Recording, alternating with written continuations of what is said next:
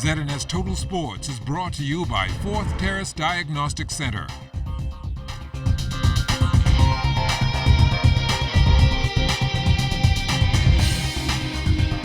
Welcome to sports, everybody. The whole world coming to a standstill yesterday as the shocking news spread about NBA LA Lakers legend Kobe Bryant tragically dying in a helicopter accident in California along with his 13-year-old daughter and 7 others. The Lakers definitely have a large following here in the Bahamas, and those we spoke to were still trying to come to grips with the news.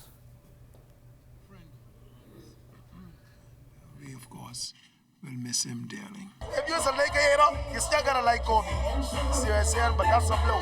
Ain't a world of sports, and NBA wouldn't be the same no more. That's a little sad how he gone, man. You know, he's an inspiration to the sports itself, man. He's one of the greatest, ever played in the NBA.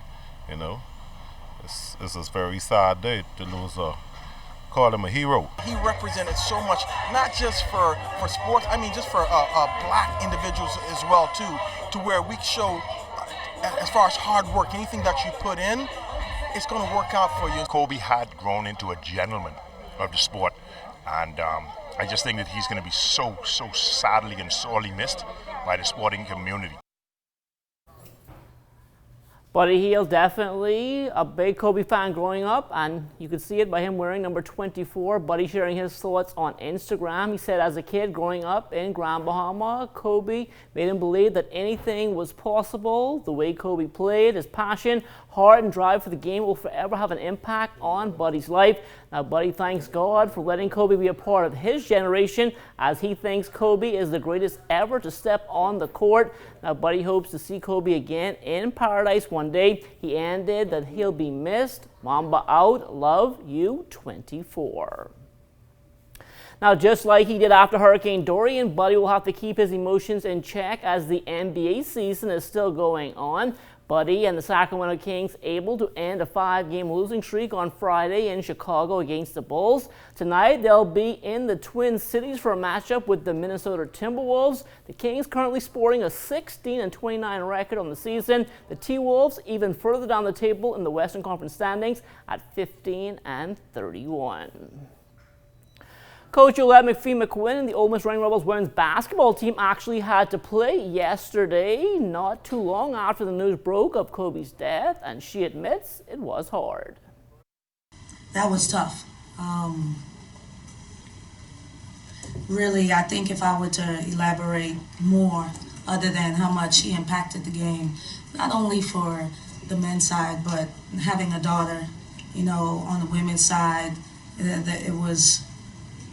there are no words to express the feeling that we all had. I grew up in the Jordan and then Kobe came along era, and everybody, I wanted to be Kobe. Everybody wanted to be Kobe, and so it's surreal. And I think that's why I allowed one of my daughters to come in and experience this, because time is precious, and we sit around and take for granted moments where we can be around our family, and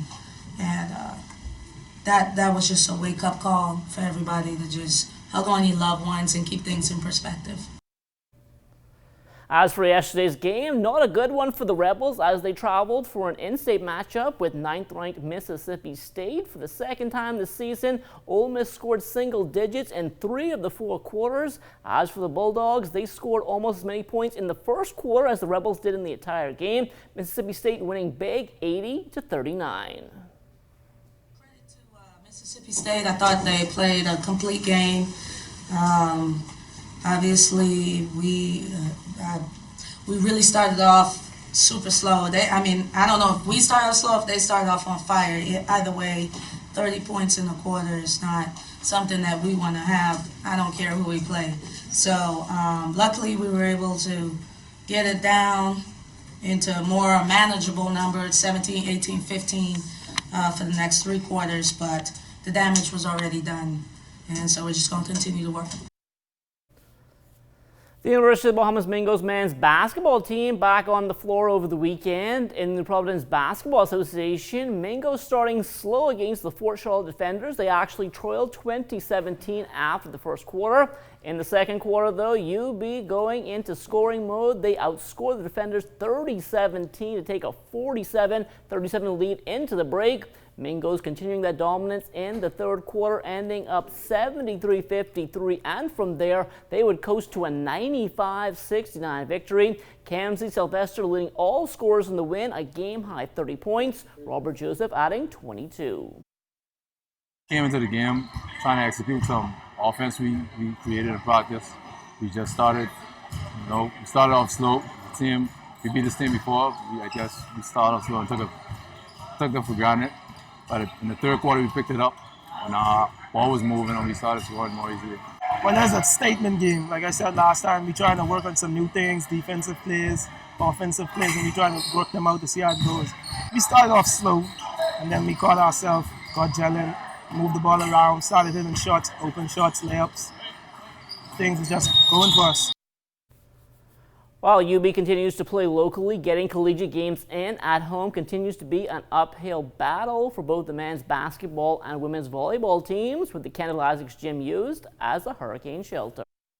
It was unfortunate this year. I mean, certainly we understood, Dorian impacted myriad of persons, particularly the athletic strand. I know NSA, their hands are tied.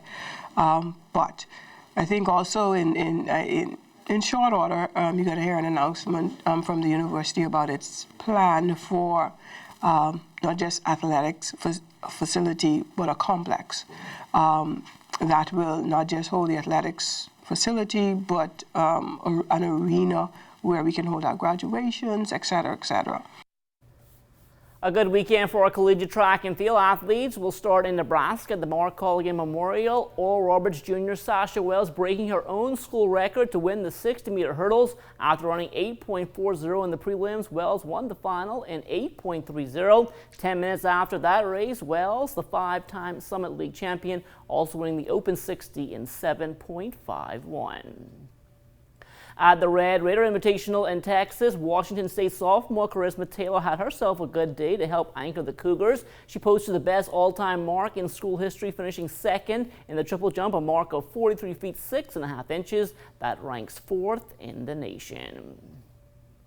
Another good weekend for our collegiate swimmers. Aubrey Higgs swimming in her home pool at the South Carolina Invitational. She won the 200 IM in 2:03.51. Devontae Carey picking up a pair of wins from McKendree in a tri-meet win. Carey taking the 100 backstroke in 50.33 and the 200 back in 1 minute 53 seconds. Luke Kennedy Thompson also with 2 first-place finishes for the Howard Bison in a win over Catholic University. He swam the 1,000 freestyle in 9:57.63 and the 200 IM in 1:59.13.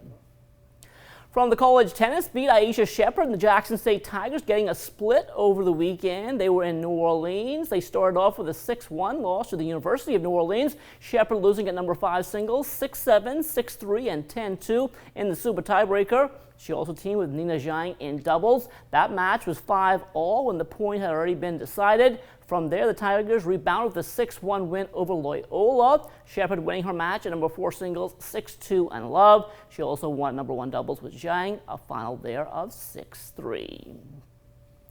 2 young tennis players have been nominated for the Primary School Student of the Year award. Jackson McTaggart and Sari Clark. McTaggart is an honor roll student at the Lyford Key International School, and he's the number 1 ranked tennis player in the country for boys under 12s. He's represented the Bahamas internationally while also playing soccer and golf competitively. Clark, she is the head girl at T.G. Glover Primary School and has always been on both the principal's list and the honor roll. She is one of the country's top juniors in the under 10 division and is also active in soccer and track and field.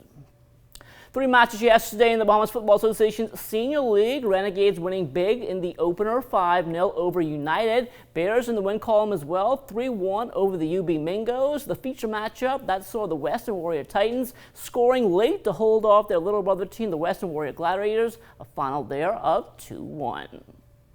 And that will do it for sports. A check on weather up next. ZNS Total Sports is brought to you by 4th Terrace Diagnostic Center.